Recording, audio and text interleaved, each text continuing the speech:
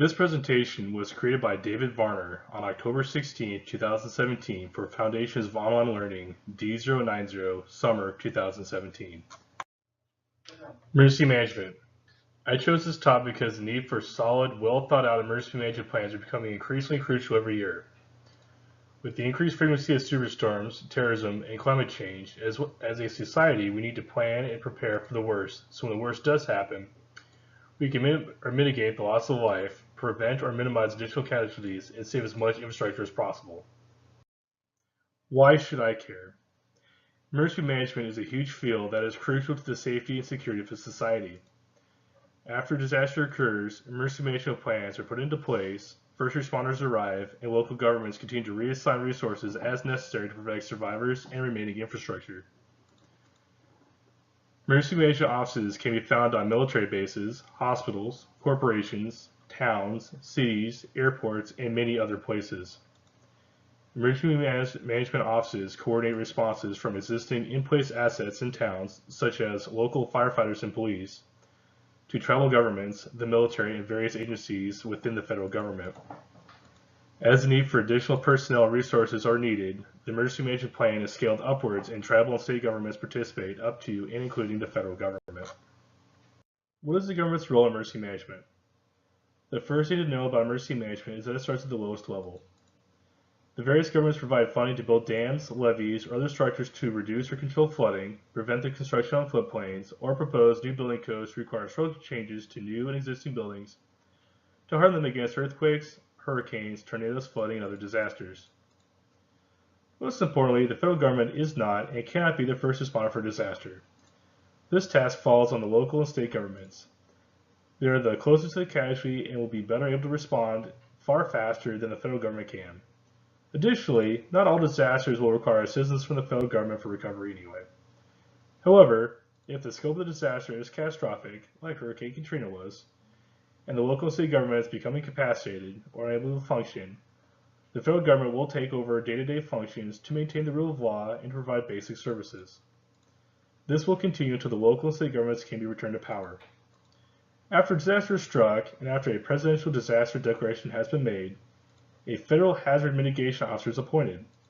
As noted by Lindell in 2007, presidential disaster declarations are only made for approximately 1% of all disasters that occur. These officers will assist with damage assessments and will help draft a memorandum of agreement to delineate the responsibilities of the local, state, and federal government for recovery. Lindell in 2007 again wrote that even after a presidential disaster declaration has been made, local governments must still be able to continue to operate for 72 hours without the support of the federal government. What is FEMA? According to their policy statement, FEMA's mission is to support our citizens and first responders to ensure that as a nation, we work together to build, sustain, and improve our capability to prepare for, protect against, respond to, and recover from and mitigate all hazards. The first piece of disaster legislation was the Congressional Act of 1803, which provided funding to help rebuild a town in New Hampshire after a devastating fire. As FEMA states, for the next 100 years, over 100 pieces of legislation were enacted in response to disasters. Just a few of these pieces of legislation are the Flood Control Act of 1965, the Flood Insurance Act of 1968, and the Flood Protection Act of 1973, and there are many others. But the increased disasters throughout the 1960s and 1970s required the federal government to take a larger role in disaster response. The National Governors Association prevailed on President Carter to streamline the various agencies and policies forced upon the states by the federal government. This in turn resulted in the creation of FEMA, which was created by President Jimmy Carter by executive order on April 1, 1979.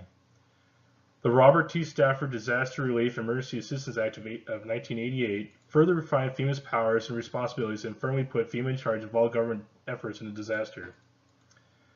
Before Hurricane Katrina, FEMA had been focused on defeating and preparing for terrorist attacks by preparing communities and first responders for this new threat.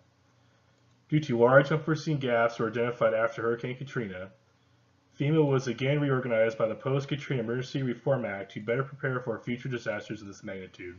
Who are the stakeholders of emergency management? It is defined by Michael Lindell in 2007 for the introduction of emergency management. Stakeholders are people who have, or think they have, something to lose or gain. Emergency management stakeholder is affected by the decisions made or not made by the emergency managers and the policymakers. Companies and businesses are one type of stakeholder. These can be a small hole-in-the-wall business to a large corporation. Some companies, such as public utilities, are critical to a region. Loss of fresh water, power, sewer, and telecommunications are crucial, as without them, the other stakeholders are greatly disrupted. What role does natural disasters, climate change, and extreme weather play? As can be seen by these pictures, the total number of billion-dollar weather and climate disasters from 1980 through 2016 affect the entire country. Specifically, Texas has been hit the hardest.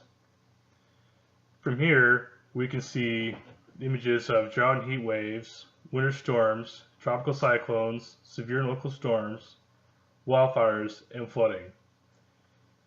It is hard to find a state that has not been affected by some sort of damage in this area. What role does natural disasters, climate change, and extreme weather play? With the increase in temperatures around the world, the United States is no exception. Each region of the country will be affected differently. The Northeast and Northwest will receive precipitation and increased flooding, while the South will continue to be bombarded with the increased tropical storm activity. Finally, the Southwest can expect continued droughts. As known by the National Oceanographic Atmospheric Administration, or NOAA, due to climate change, the increased water vapor now present in the atmosphere has increased the amount of heavy rainfalls and extreme storm activity. With the rising level of the ocean and the increase of the U.S. population around the coast, more people every year are put at risk. As David Irwin wrote in 2013, the melting of the polar ice caps could raise the level of the Earth's oceans by up to 7 meters. This will have dire consequences for populations living on low-lying areas and islands. In 2017, NOAA noted that the increase of extreme weather has also increased the number of summer droughts on the West Coast and Alaska. Additionally, their wildfire seasons have been continuing to increase in length. What can we learn from past mistakes? We must continuously assess, reassess, and evaluate for future threats from both nature and from terrorism. While addressing the nation from Jackson Square in New Orleans on September 15, 2005, President George Bush said, "This government will learn from the lessons of Hurricane Katrina. We're going to review every action and make necessary changes so that we are better prepared for any challenge of nature or act of evil men that could threaten our people. For efficient and effective response to disasters, all efforts must be coordinated. The National Incident Response Plan in place during Hurricane Katrina broke down. This occurred because the support provided by the federal and state governments only adds to pre-existing local agencies. However, this plan does not work when a disaster occurs that is large enough that local governments are crippled or unable to function. Local and state governments should always be the first to respond to a disaster. They understand the area, the topography, and the resources at hand. The federal government will respond once the disaster exceeds the ability of local or state governments to respond, or they become incapacitated." In conclusion, emergency management is a growing field that is gaining importance every day. We, as a society, cannot afford to sit back and rest on our previous accomplishments in this field. There will always be areas to improve our responses, always improvements to be made. We must always continuously improve our processes, improve our training, and improve our preparedness. We must, above all else, do it together. Without effective, close coordination across the entire spectrum of government, we hamper our response capabilities and we put further lives and infrastructure at risk, and the cost will continue to mount. I'm David Varner. Thank you for watching.